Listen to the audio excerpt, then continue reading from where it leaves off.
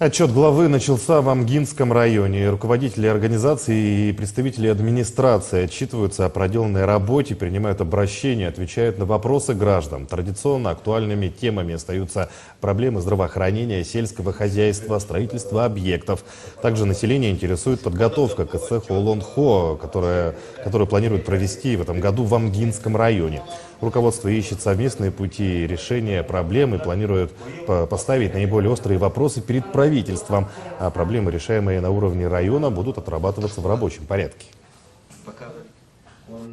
Традиционно в ходе отчета представляются основные показатели, которые были достигнуты по итогам прошлого трудового года, те